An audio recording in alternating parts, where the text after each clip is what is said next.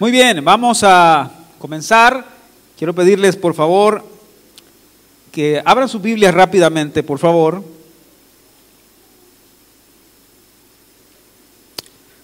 No sé cómo le hago, fíjense que tengo tanto que dar, que hacer, que no sé por dónde empezar. ¿Hola? No, aquí está bien, gracias. Vamos a ver, necesito... Gonzalo está por aquí, me ayuda, por favor. Vamos a hacer algo. Déjeme ver. Ok, si tiene un alcohol usted por ahí. Eso, bien preparado. Téngalo, por favor. Y vamos a hacer una cosa. Como el tema que estoy tratando de darles es un tema largo porque lo empezamos desde el año pasado y empezamos a hablar sobre crecimiento espiritual. Imagínense, comenzamos desde el año pasado en eso y estamos tratando de llegar a un lugar, pero de repente en los otros domingos que hemos tenido el Señor nos ha movido a hablar de alguna otra cosa y hemos tenido que poner pausa de repente y nos hemos tenido que ver limitados en seguir esta lección.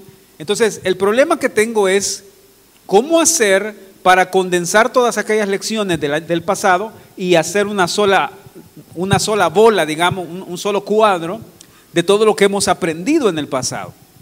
Eso es un problema, porque ha sido demasiado contenido de lo que hemos visto en esto del tabernáculo de Moisés y en el crecimiento espiritual. Ha sido mucho contenido, ¿ok? Entonces, quiero que me pongan su atención aquí, por favor.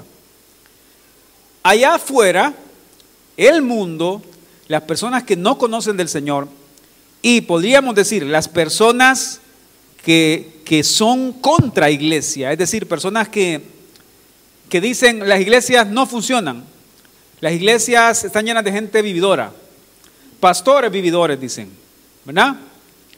Grandes camionetonas que andan los pastores vividores dicen, ¿cierto? ¿Eso dicen o no? Y dicen, es que ahí lo buscan a ustedes porque el dinero de ustedes quieren. Yo siempre les he dicho, y se lo he dicho a familia, les voy a contar, se lo he dicho a familia, cuando dicen, es que vos le das tu diezmo a la iglesia. Yo les digo, ¿y yo me meto con lo que ustedes dan dinero o no? Yo no me meto en lo que ustedes gastan, les digo yo. Y ustedes gastan en esto, en cervezas, en esto, lo que sea. Y yo les digo que no gasten en eso. No, entonces no me digan a mí en que tengo que gastar mi dinero. Si yo lo quiero regalar, lo regalo. Si yo lo quiero dar a mi iglesia, lo doy. Al fin y al cabo, el Señor me lo da a mí. Y tengo que ver yo qué hago con Él. ¿Verdad? Entonces, en ese sentido, yo no tengo problema con eso. Que alguien me diga, no, que ustedes, sí, yo le doy mi diezmo al Señor, le doy mis primicias al Señor, le doy mis ofrendas al Señor para que la palabra se siga expandiendo. Pero el hecho es que allá afuera, ¿saben cuál es el gran problema que tienen el mundo con la iglesia? Bueno, tiene dos problemas. Número uno, Jesús dijo, no esperen que el mundo los ame, porque el mundo me aborreció a mí, por lo tanto los va a aborrecer a ustedes. Ahora, aquí hay un asunto bien serio, porque si el mundo no nos aborrece, si el mundo no nos aborrece como iglesia, ¿qué pasa? Somos parte de ellos. Si el mundo no aborrece a una pareja normal, hombre y mujer, porque dice, uy, retrógradas, aquí está Emilia y Gonzalo, por eso lo señalé, porque ellos son esposos, ¿verdad? Uy, anticuados, ellos ya no están en la línea que está ahora, ¿verdad? No están modernos. Si el mundo no aborrece a la iglesia es porque la iglesia se convirtió en el mundo. Charles Spurgeon decía, somos la sal de la tierra y no el azúcar de la tierra. El azúcar a todo el mundo le gusta. A la sal la gente le quiere escupir de alguna forma. Ahora, ¿por qué les digo eso? Miren pues, porque el mundo nunca va a estar de acuerdo con la iglesia si la iglesia está parada en la verdad. Si la iglesia está parada donde tiene que estar, el mundo no va a estar de acuerdo con la iglesia y está bien. Porque el mundo aborreció a nuestro Señor, no tenemos por qué esperar que nosotros, que el mundo nos ame a nosotros. ¿Me va a entender? Así que no se sienta mal si lo miran mal porque usted es cristiano. No se sienta mal si lo miran mal porque usted se viste de una manera, porque usted hace esto, porque usted ora por los alimentos. Uy, ¿qué le pasa? Qué religioso. ¿Cuántos oran por la comida? ¿Creen ustedes que es ser religioso tener un plato de comida en la mesa y decir, Señor, gracias te doy porque tú me lo proviste? ¿Y a cuántos les ha pasado que el mundo los ha aborrecido por algo en el Señor? Levánteme su mano, ¿cuántos les ha pasado? Que los han visto de menos, de fanáticos, religiosos, fundamentalistas, cuadrados. Pues les tengo una palabra para ustedes. Bienaventurados son cuando por causa de su nombre los vituperen. Ahora, ese es el problema que tiene el mundo con la iglesia. El otro problema que tiene el mundo con la iglesia, y en ese tienen razón, en muchos sentidos, es el siguiente. ¿Por qué la gente no cree en las iglesias? ¿Cómo? ¿Por qué la gente no cree en las iglesias? Falta de testimonio. ¿Por qué la gente no cree en los pastores?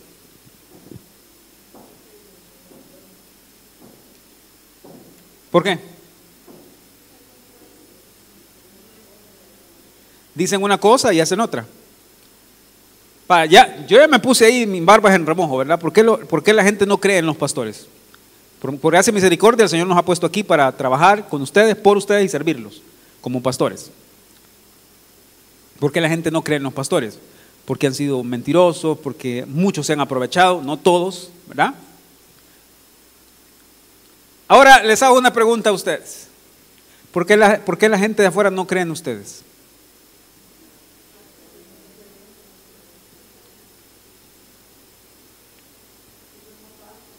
Ay, Señor amado. Bueno, ya con eso nos podemos ir, hermanos.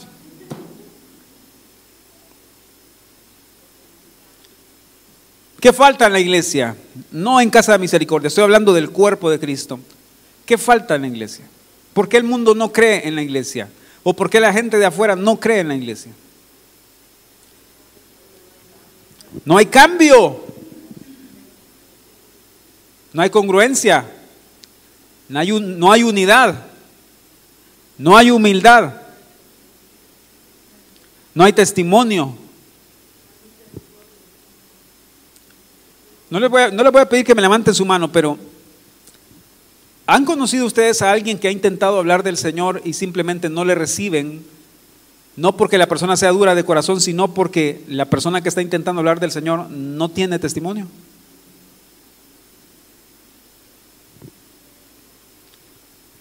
Vas a creer fulano de tal diciéndome tal cosa y ese es peor que yo. Entonces, ¿dónde está el problema de la iglesia, de los pastores, de nosotros como creyentes? ¿Por qué la gente no cree en nosotros? Díganlo.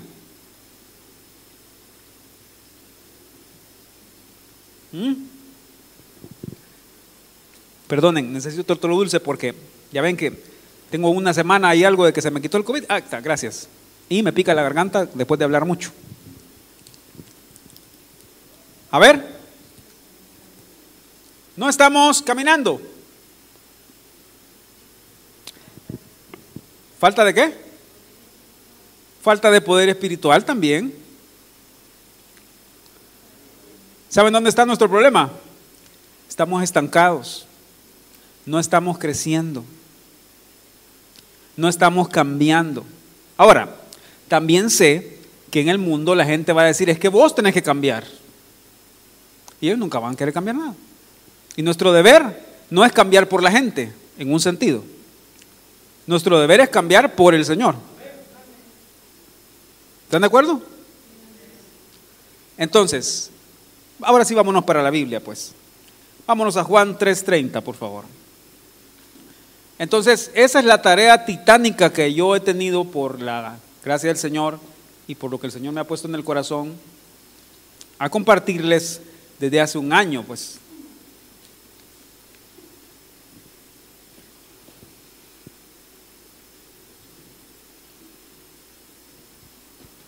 Desde hace un año.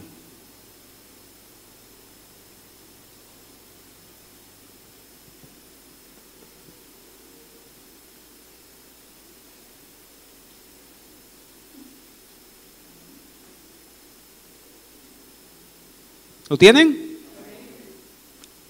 Juan 3:30.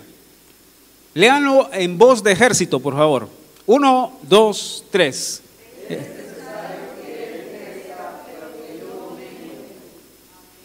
¿Cuántos se pueden ese versículo de memoria? ¿Ya se lo pueden de memoria?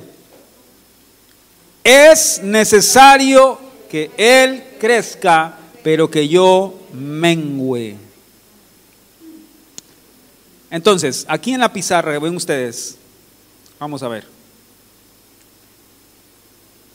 Una ecuación simple y lógica. No ilógica, simple y espacio lógica. ¿Sí? Si hay más de Cristo, ¿qué pasa automáticamente?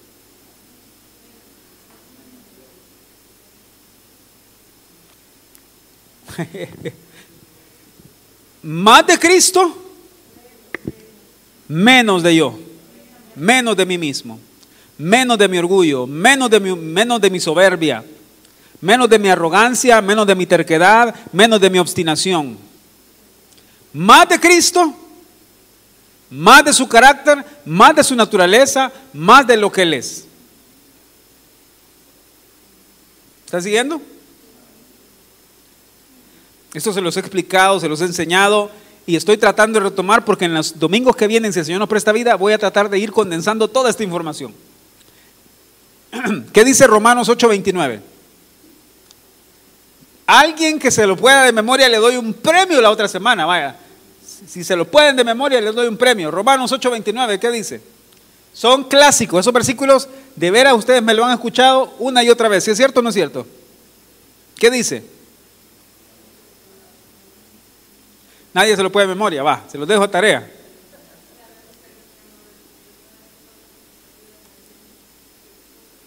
Esto es, conforme a lo que... Está bien y se lo puede de memoria, solo que ese es el versículo 28. Romanos 8:28.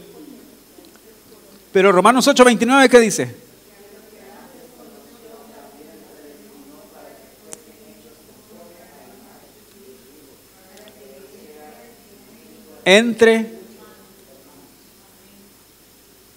Corran, Romanos 8:29, rapidito. Estas son citas clásicas, hermanos.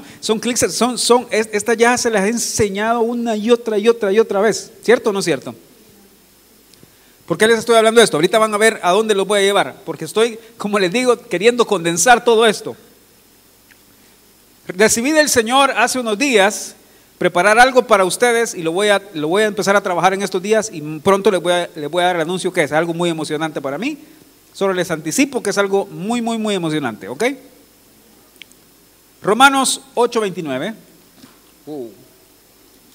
Gracias. ¿Lo leen conmigo?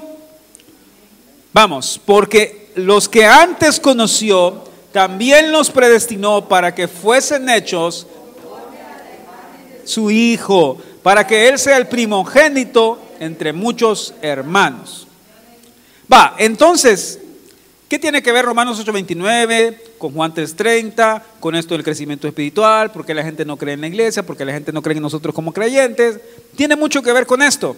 Miren pues, resulta ser que esto que ustedes ven aquí, donde dice más de Cristo, menos de mí mismo, esto que ustedes ven aquí, ese fue el plan maestro y el propósito de la voluntad de Dios para ustedes y para mí. Va pues, miren, pongan atención a lo que les estoy diciendo. Este fue el plan maestro de Dios para su vida. ¿Cuál fue el plan maestro de Dios para su vida?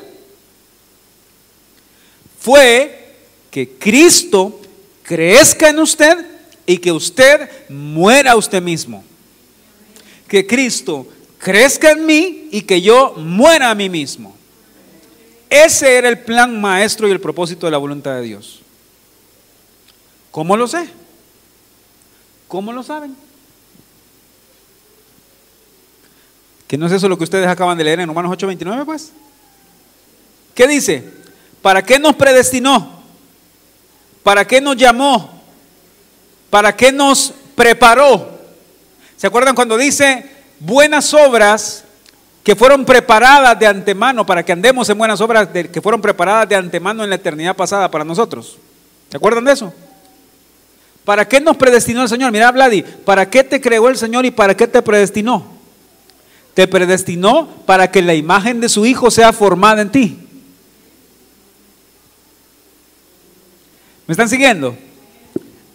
Magali, ¿para qué la formó el Señor? ¿Para qué la trajo? ¿Para qué la predestinó? Para que la imagen de su Hijo sea formada en usted. ¿A los cuántos años conoció usted al Señor, Magali? ¿Qué edad tenía? 26. No le voy a preguntar su edad ahorita, ¿ok? 26 años. Hermana Carla, ¿usted a los cuántos años recibió al Señor? 12. Wow, increíble, ¿eh? Quiero ver, a aquellos ni les pregunto. Fernando toda la vida fue cristiano, ¿verdad? Igual Josué, creciste, naciste en toda la iglesia, ¿eh? Igual yo. Tú lo conociste como a los 20, ¿verdad? O 18. 18 años. ¿Qué hora lo conoces? Bueno, también creciste en la iglesia, Mike, ¿verdad? Jaime, ¿a los cuántos años conociste al Señor? 29. ¿Usted, hermana? 35 años. Hermana, usted tiene bastante tiempo de conocer al Señor. Miren pues, ¿por qué les estoy preguntando eso? Va, miren pues. ¿Y todo ese tiempo antes de conocer al Señor? ¿Qué estaban haciendo?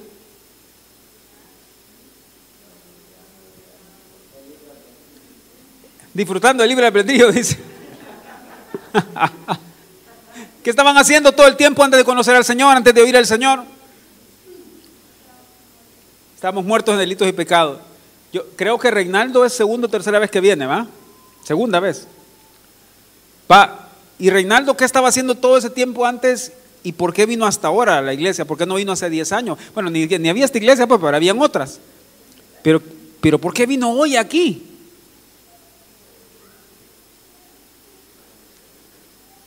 ¿Y qué estaban haciendo durante todo ese tiempo antes? ¿Les voy a decir qué estaban haciendo?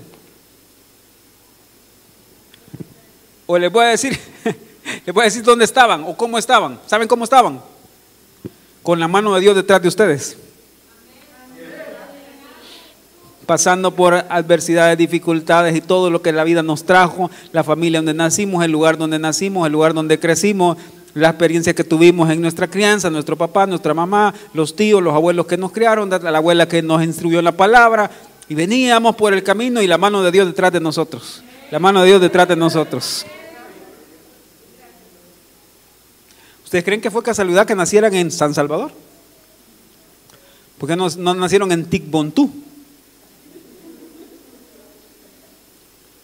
¿Por qué no nacieron en Nigeria? ¿Saben por qué nacieron aquí? Porque era la mano del Señor trayéndolos a este lugar para decir, un día yo voy a abrir una puerta, un día yo le voy a hablar a tu féretro donde están muertos en delitos y pecados, y voy a hablar vida sobre tu cuerpo. Y te voy a traer arrepentimiento y te voy a dar la oportunidad que me conozcas. Y te voy a hacer un llamado para que seas mi esposa. Y voy a mostrarte las buenas obras de las que yo predestiné desde antes de la fundación del mundo para que sean en las que tú andes. ¿Qué es eso? Eso se llama predestinación. Que ustedes estén aquí, a mí me deja saber que ustedes tienen hoy el llamado a ser la esposa. Se los he dicho, si no estuvieran en una de las 7,000 iglesias que hay, pero están aquí, escuchando que hay una imagen de Cristo que se puede formar en mí. Eso nos hace la gente más afortunada de la tierra. Entonces, por definición, si el plan maestro de Dios es que su hijo sea formado en mí, que él crezca en mí y mengüe yo, si yo no estoy dejando que Cristo crezca en mí, significa que no estoy dejando que el plan maestro de Dios se cumpla en mi vida. Ahora entienden por qué hay tanta gente infeliz. Ahora entienden por qué hay tanta gente deprimida. ¿Por qué?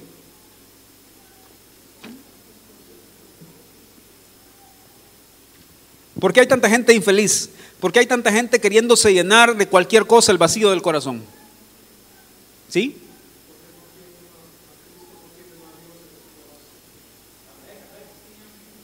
¿Saben por qué? Pues sí. ¿Saben por qué? Porque no hemos entendido que Cristo es suficiente. Cristo es suficiente. ¿Y saben qué? Allá afuera del mundo, y vos no bailás. Y no disfrutás. No, si es saludable es, le dicen a uno, ¿verdad? Y eso que vos haces, aburrido. Pero ¿saben qué? Mi felicidad se llama Cristo, porque Él es suficiente para mí. Él es lo que yo necesito y yo no necesito a nada ni a nadie más que a Él. Entonces, claro, vengo y me lleno un montón de cosas dañinas, como dijo el hermano, y de un montón de cosas que al fin y al cabo solo están yéndose a un vacío que no se puede llenar. Termino infeliz, termino sin vida, termino sintiéndome solo, termino sintiéndome insatisfecho con lo que tengo. Puedo tener 5 títulos, puedo tener 10 empresas, puedo tener 2 Maserati, puedo tener 2 Ferrari, un helicóptero, 2 aviones. Igual estar vacío por dentro. Porque solo Cristo puede llenar el vacío del corazón del hombre. Porque el hombre fue creado para que Cristo sea formado en él. Si Cristo no es formado en el hombre está vacío, sin sentido, sin rumbo. ¿Me están siguiendo? Ahora, tratemos de avanzar. No he usado para nada mis notas. Voy a tratar de apegarme a ellas, ¿ok? Vámonos por favor al Salmo 141. Salmo 141.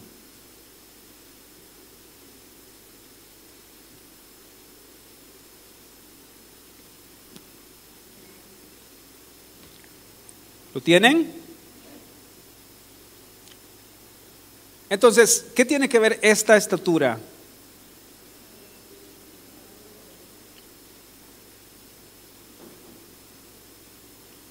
A ver, queridos hijos parvulitos y avanzados, esta estatura, ¿qué representa o de qué nos habla? ¿Qué es? La estatura de Cristo. ¿Y de qué nos habla? ¿O qué podemos aprender en ella?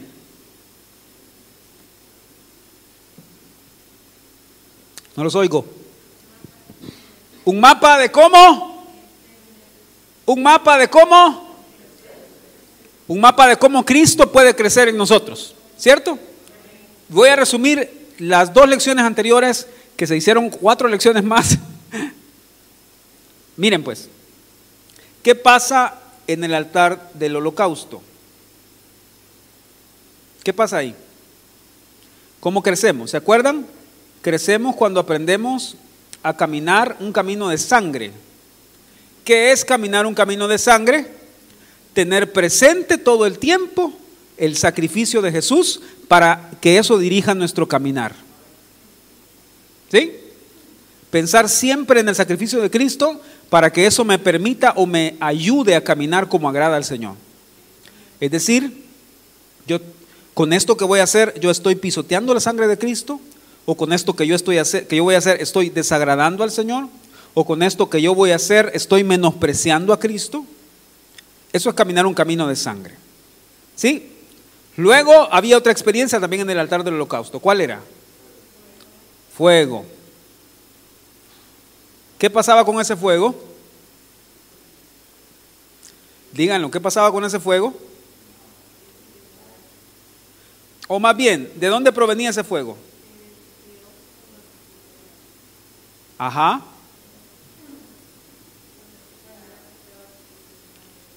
Espérenme que estoy probando otros pinceles. Este está mejor. ¿De dónde salía ese fuego? De la columna de fuego que estaba ahí, ¿verdad? Salía fuego y venía sobre el altar del holocausto y quemaba. ¿Figura de qué es eso? Del Espíritu Santo. ¿Qué pasaba con el sacrificio cuando el fuego llegaba? ¿Qué dice Levítico 9:24? Era consumido por el fuego. Cuando el Señor aceptaba el sacrificio, fuego salía de la nube o de la columna y llegaba al sacrificio y lo consumía. Era un león que consumía ese sacrificio. Luego aprendimos que en la experiencia del fuego lo que tenemos es una experiencia de perder nuestra forma. ¿Se acuerdan ustedes del ejemplo que yo les hice esa vez? Agarré una página y se acuerdan que Alfredo vino y la quemó. Y yo le dije a Alfredo después, creo que le dije así, no me acuerdo. Volvé a poner esa página como estaba. Hoy nuestro hermano José Miguel salió de viaje por negocios y por trabajo. Y, y no está aquí, pero lo voy a mencionar porque yo sé que le encantan los asados. A José Miguel le gustan los asados. Él es feliz, ¿verdad, Karina? Haciendo asados, le encanta. Se emociona cuando ve asados. ¿Y saben por qué me recuerdo eso? Porque miren, si ustedes han asado carne y no son buenos como yo, a uno se le quema, ¿verdad? ¿Qué pasa si ustedes dejan un pedazo de carne desde que encienden el fuego hasta el siguiente día ahí en la parrilla? Se hace como que es pasita, ¿va? ¿Y qué pasa con el carbón que era de este tamaño y usted lo pone ahí en medio de todo el fuego? ¿Se hace qué? Va, entonces le reto a que la próxima vez que hagan carbón, que hagan ceniza con carbón, traten de volver a pegar ese carbón.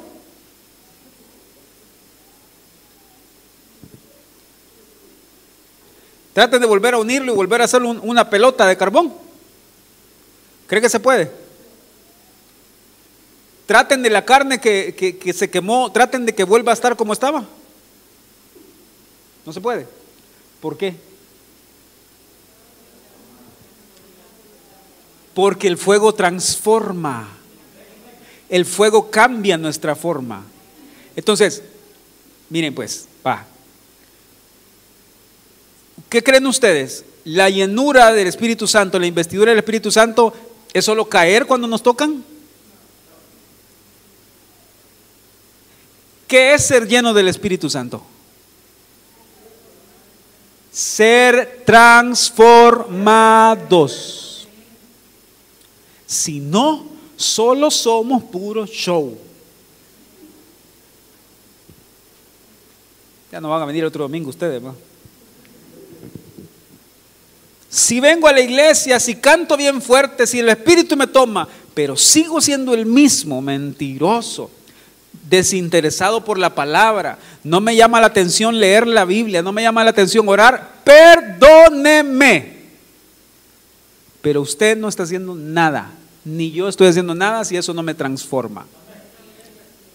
Una vez el pastor Carlos contó que uno de los jóvenes venían de un campamento. Y entonces el joven le dijo al pastor: pastor, ¿y cuándo va a ser el próximo campamento? Le dijo. ¿Por qué? Le dijo el pastor. Porque de aquí a un año ya se me ha acabado lo que yo viví en este campamento, le dijo. Y el pastor Carlos dice que se le quedó viendo y le dijo: hijo, Pero es que no tenés que esperar hasta que haya otro campamento, porque si no, solo es emoción. Lo que yo vengo a hacer aquí cada domingo tiene que servirme para el día a día, las decisiones que tengo que tomar. Si no, ¿qué somos? Címbalo que retiñe, un plato que tiran y suena. ¿Qué dice 1 Corintios 13? El amor es benigno, es sufrido. Si tengo amor, si doy cualquier cosa, si doy mi vida por alguien, pero no tengo amor, nada soy. Ahora eso le voy a decir de esta manera. Si decimos tener al Espíritu Santo, pero no cambiamos, nada somos. Wow. ¿Por qué? Porque el Espíritu Santo es fuego y el fuego viene a mi vida, tiene que quemar esta forma que tengo de lo que pienso. Es que yo así soy. Mire, hermano, yo así nací y así me voy a morir. ¿Verdad que es cierto? Hoy sí le voy a preguntar, levánteme la mano, ¿quién ha dicho eso alguna vez en la vida?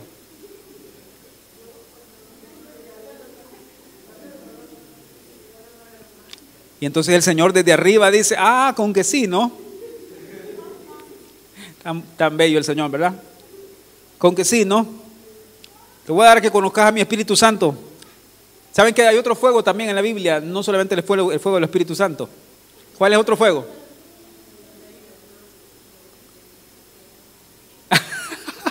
El fuego del infierno también sirve para lo mismo, para cambiar la forma. La gente que está en el infierno está cambiando su forma de comprender cómo vivieron en su vida, lamentablemente. Pero ¿saben que hay otro fuego? A ver, ¿quién me dice cuál es el otro fuego que está? Fuego extraño, sí, también, pero ese es, el Señor lo condena. Pero hay un fuego que nos cambia. A ver. Tengo días de no dar una gift card y el que me conteste se la doy. Qué bárbaro, Mike. Un aplauso, Mike, por favor. Te la ganaste, el otro domingo te la traigo, ¿ok? El fuego de las pruebas. ¿Han leído eso? El fuego de las pruebas, de las dificultades, también puede cambiarnos. Y entonces ya saben por qué el Señor permite que lleguen dificultades a nuestra vida. Porque Él sabe que por medio de las dificultades podemos perder nuestra forma. ¿Ok? Va. Y en el segundo mueble, ¿qué experiencia hay? ¿Y qué representa la experiencia del agua?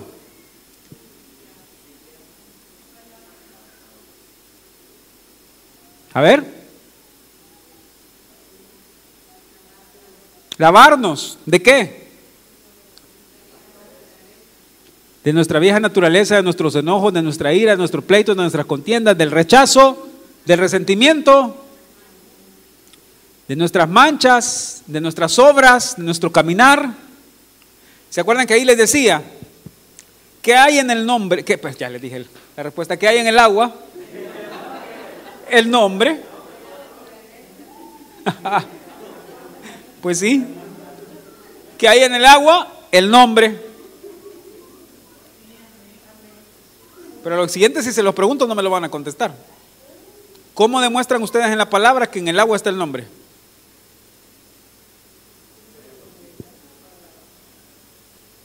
¿Cómo?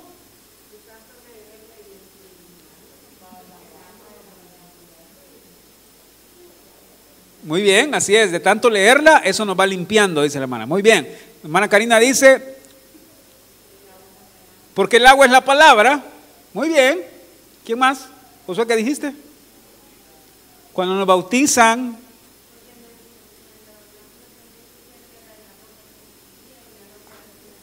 está la hermana Karina, lastimosamente ya le ganó hermano Mike la tarjeta, Karina. Pero esa es la respuesta. ¿De dónde sacaron en el agua para el lavacro? ¿De dónde? Y dice 1 Corintios 1 que ¿qué era la roca? 1 Corintios 10 creo que dice. Cristo era la roca que lo seguía.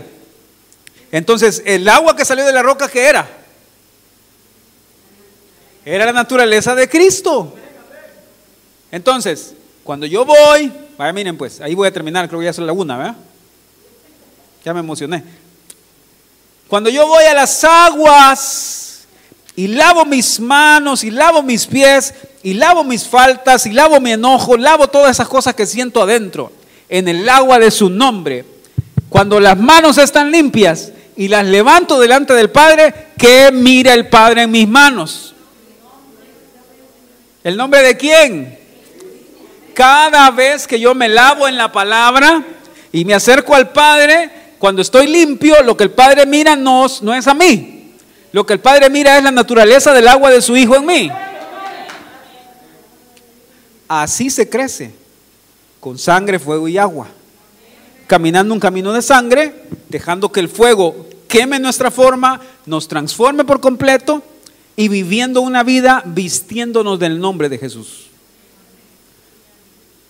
El Padre no puede ver nada agradable en mí. El Padre lo único agradable que puede ver es a su Hijo en mí. Ahora entienden por qué Cristo es suficiente.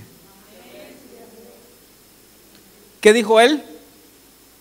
Yo soy el camino, la verdad y la vida. Y nadie,